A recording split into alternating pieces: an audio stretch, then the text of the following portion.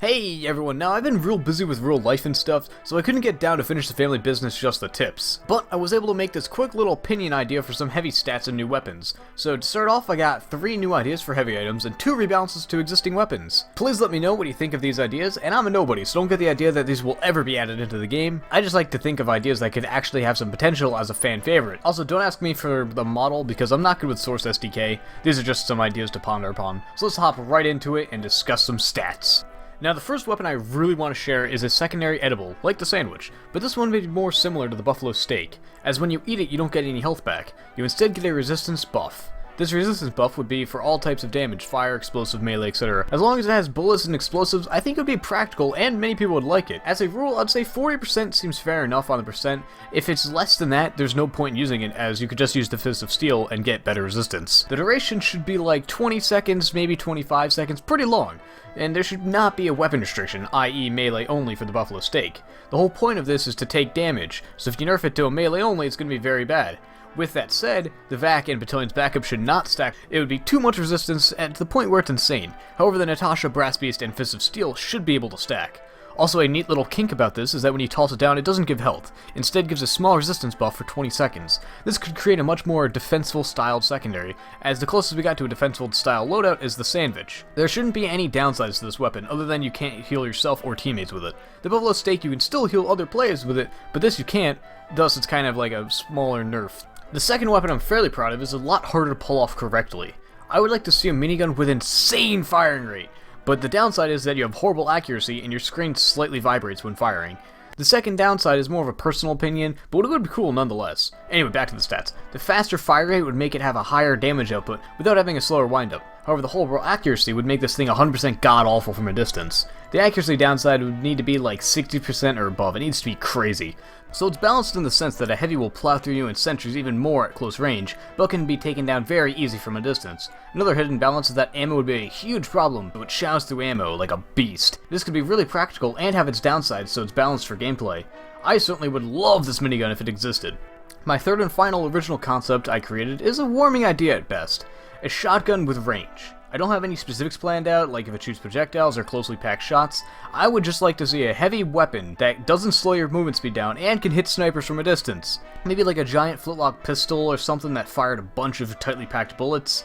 If they make it so that it has slower reload speed or slower firing speed, this could be a heavy main's wet dream, being able to have range. Because currently Pyro has better range than Heavy, and Pyro is a class they designed to be a sneak attack and up close and personal. I don't have a whole lot of specifics planned out, but it's a solid idea at the least. Now on to the reworked stats. Let's be honest, adding a new weapon into a video game that has been running for 8 years now is scary to say the least. But reworking some is a little less scary to most people. It allows users to adapt to change and not just implement something completely unrelated to the game's original concept. So the first reworked weapon is the Hulong Heater.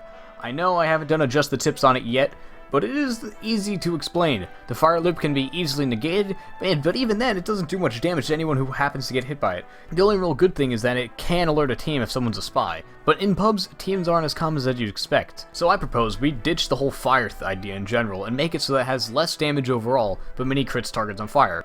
This could work out to some pretty cool pyro and heavy combos that haven't been seen too often. Usually it's a heavy demo, heavy soldier, heavy medic, but to get some pyro action would be pretty cool in my opinion. Also, if it seems a bit bad at this point, why not make it have some fire resistance, as it is a dragon, so it could be really useful to help your pyro and eliminate the other team's pyro. But if this whole concept seems OP, just add some slower spin up on it. Honestly, I wouldn't recommend to nerf it, as it is the Hulong Heater and it's all the way down to the bottom of the barrel. I don't see any more reason to stomp on his head. The second reworked stat I thought about was the Warrior Spirit. Someone commented it'd be really cool to have the Heavy's overall melee buffed.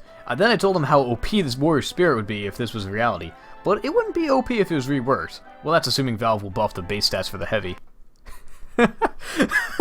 Okay. Okay. Let's talk about something that could actually happen. The Warrior Spirit is currently trash. You take 30% damage for your 30% damage buff. Except you're using a melee and the other team can use any weapon they want. So for you, you take the same amount of damage in a melee hit as you dish out. Only plus side is you get a 50% health back, which mind you isn't even a small health back for the Heavy. Sorry, I needed to let that loose. Bit annoyed on how they crushed this weapon, so how will they make this better? Well, first thing I would like to do is get rid of the health buff. It is nice, but that's not what the original set was going for. The original set was kill, damage, and murder. You might get beat up, but you can still do a ton of damage. Next, I would remove both 30% damage changes. At this point, it should be a clean slate, no stats on anything. First thing I would like to do is make it so mini crits now act as full crits, like the Bushwhacker. So with the Buffalo Stake, you can do a buttload of damage. However, it would be a melee only, which seems fair in my opinion. That's the only upside I would need to see to be happy. Downside is that you take less health from all healing sources, so it takes longer for medics to heal you, and health packs don't do as much as they could. This would make the whole set of the hibernating bear useful and not OP at the same time. Like I said, the whole point of the set was damage first, die later. Also, don't complain he would be a tank to kill. The Buffalo Stake adds 25% damage intake, so in order to get mini crits and do tons of damage, you'd need to either take the 25% damage intake from the Stake, or a teammate needs to give you mini crits with Girardi or the buff banner. So I hope you guys found this interesting, or at least entertaining. Tell me how you feel about these stats and weapons, and I'll see you all in the next one. Have a swell day. Peace out.